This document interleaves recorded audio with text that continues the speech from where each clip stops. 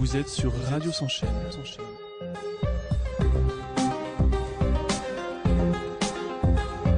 La radio qui donne la parole à ceux qui ne l'ont pas.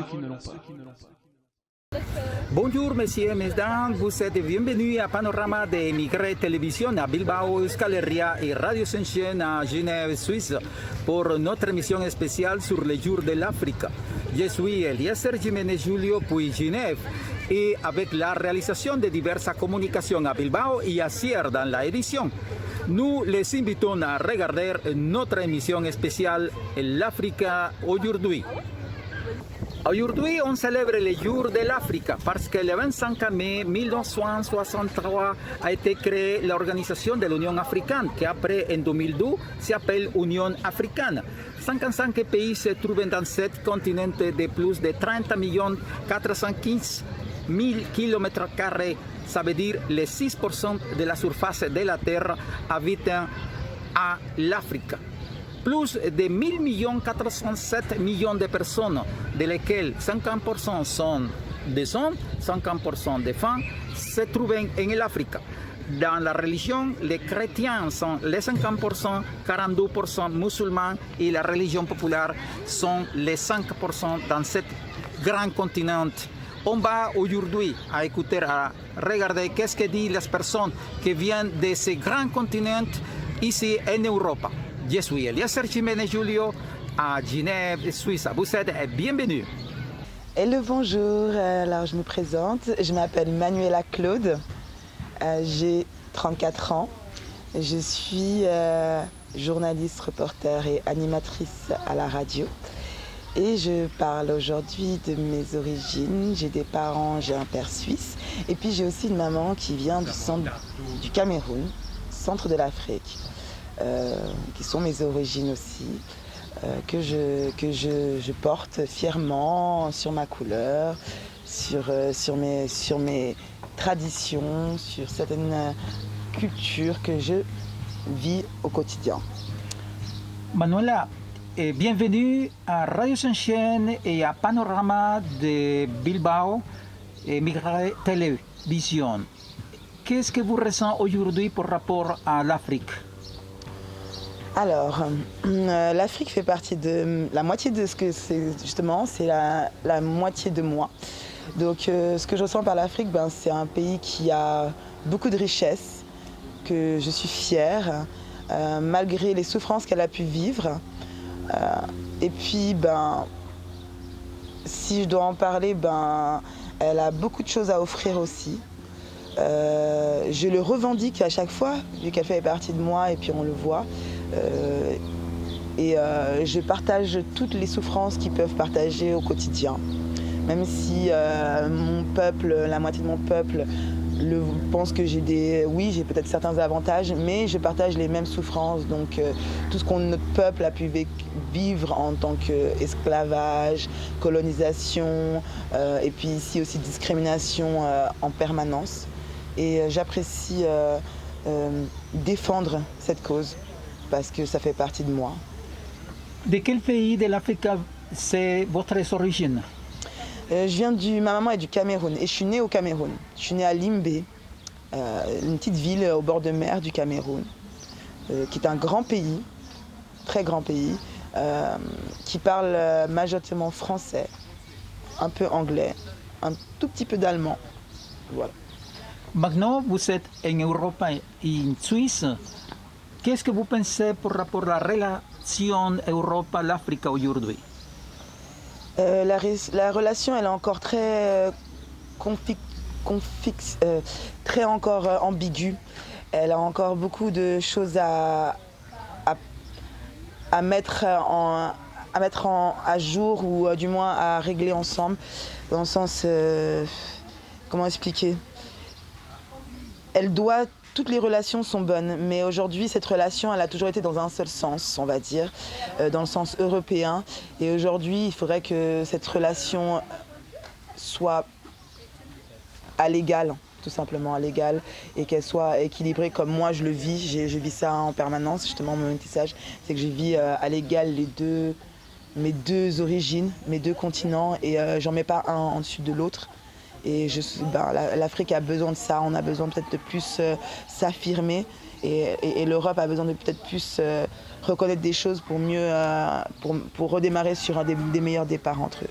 Vous ressentez qu'encore même il y a des discriminations par rapport à las personnes africaines?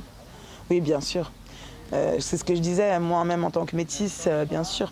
Moi en tant que métisse, je le vis. On vit de la discrimination en permanence, que ce soit sociale, que ce soit au travail, que ce soit dans tout milieu, on le vit. On le vit différemment, on le vit peut-être selon les personnes, mais moi je le vis. Ça c'est sûr et ça n'a pas encore changé justement. Ça n'a pas changé encore vraiment dans les mentalités. Il y a encore cette supériorité et cette infériorité qui existe toujours. Finalement, Manuela, qu'est-ce que c'est le message par rapport à aujourd'hui, les jours de l'Afrique? Mon message pour l'Afrique, pour ce jour-là, c'est Afrique forte, Afrique belle, Afrique avec beaucoup d'avenir. Et il ne faut pas s'arrêter il faut continuer à s'affirmer et à pouvoir avoir de bonnes relations avec le reste du monde tout simplement et que notre discrimination soit plus une force qu'un défaut. Voilà. Et l'Afrique doit être très unie aussi. Soyons unis quoi. L'Afrique c'est plein de continents, plein de pays, plein de pays, mais en vrai c'est un continent et ça vaut la peine de s'unir, telle l'Union européenne, telle l'Union Amérique du Sud et tout ça. Donc voilà, union pour l'Afrique. Merci Manuela pour atteindre notre appel, notre rendez-vous de Radio Senchen et Panorama de Émigré TV à Bilbao, Euskal Herria. Merci à toi, merci à vous de bien vouloir m'accorder cette interview. Merci. Et puis vive Union à l'Afrique, belle fête à tous, belle fête de l'Afrique. Merci. Bonjour Monsieur Eliezer, je me présente Fabrice Moussa Vumbumba, origine Gabon, Suisse, ayant des enfants, ayant vécu dans ce pays et vit dans ce pays, étudié et ayant contribué dans le développement, en fait, on va dire entre guillemets, dans ce sens que, appartenant à l'immigration, de ce fait, je m'engage dans ce processus à contribuer à ce qu'on puisse être tous ensemble et regardant aussi dans nos pays respectifs avec nos gouvernants et dire dans le sens et dans le fait de la démocratie et avec tout ce qui se passe dans le monde en ce moment pour pouvoir le développer et mettre dans la tête de nos gérants et dirigeants qui puissent, autant pour moi, prendre conscience. Monsieur, qu'est-ce que signifie pour vous l'Afrique aujourd'hui? Monsieur Eliezer, il ne vous a pas échappé que l'Afrique est le berceau de l'humanité. De ce fait, me semblerait-il qu'avec les mots que je viens à peine à l'instant T d'évoquer pour ne pas faire un jour à l'histoire, est un fait culminant. Dont on parle de l'immigration, on parle des fléaux comment dirais-je, la mondialisation et beaucoup d'effets au niveau économique et social. Et cela nous fait vraiment un fait auquel on doit participer et prendre toute notre part de responsabilité.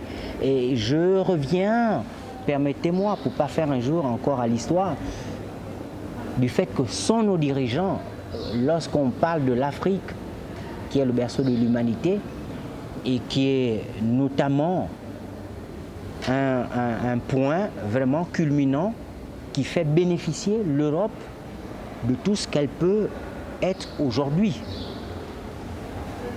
Comment c'est la situation de l'Afrique pour vous aujourd'hui? L'Africain aujourd'hui est un peu laissé pour compte et abandonné sur le bas-côté.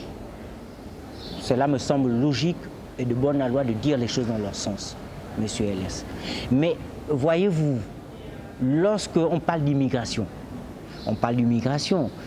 nos dirigeants doivent prendre leurs responsabilités.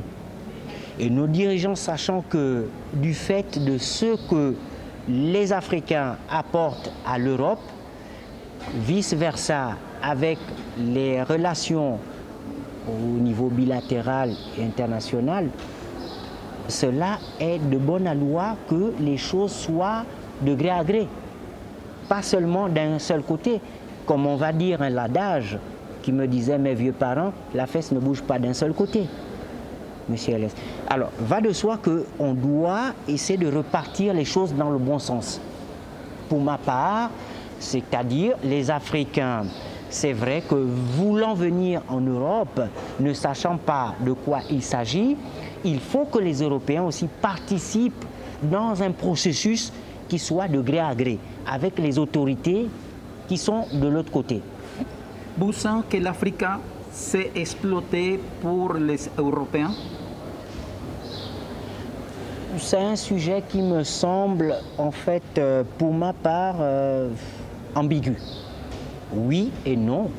Après, ça dépend dans quel contexte que l'Africain puisse être exploité.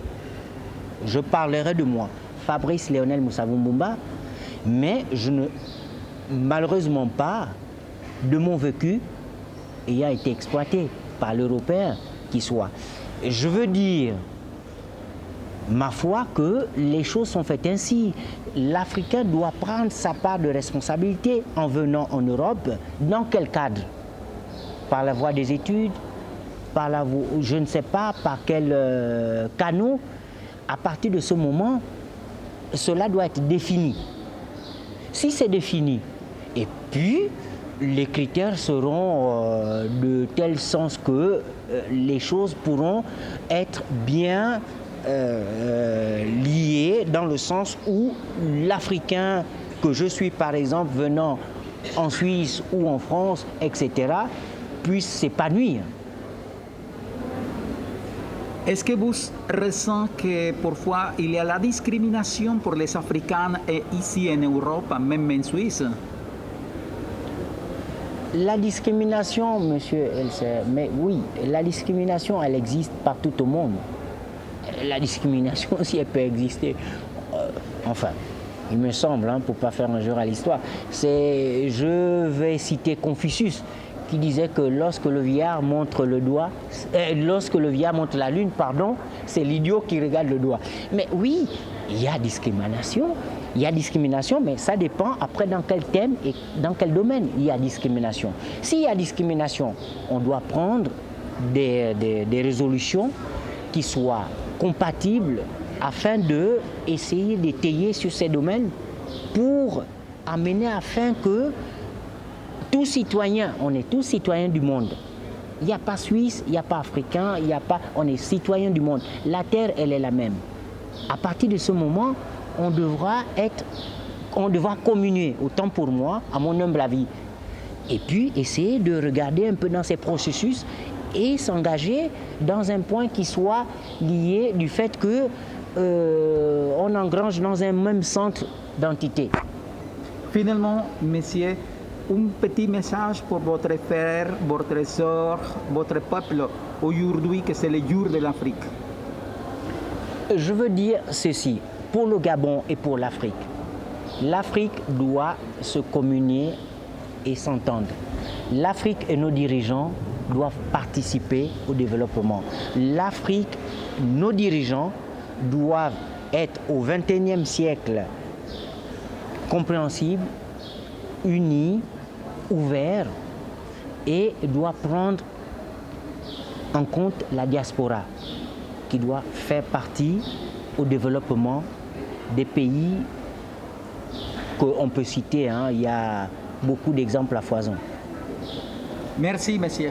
Je vous remercie, monsieur Hélas. Vous êtes sur Radio S'enchaîne.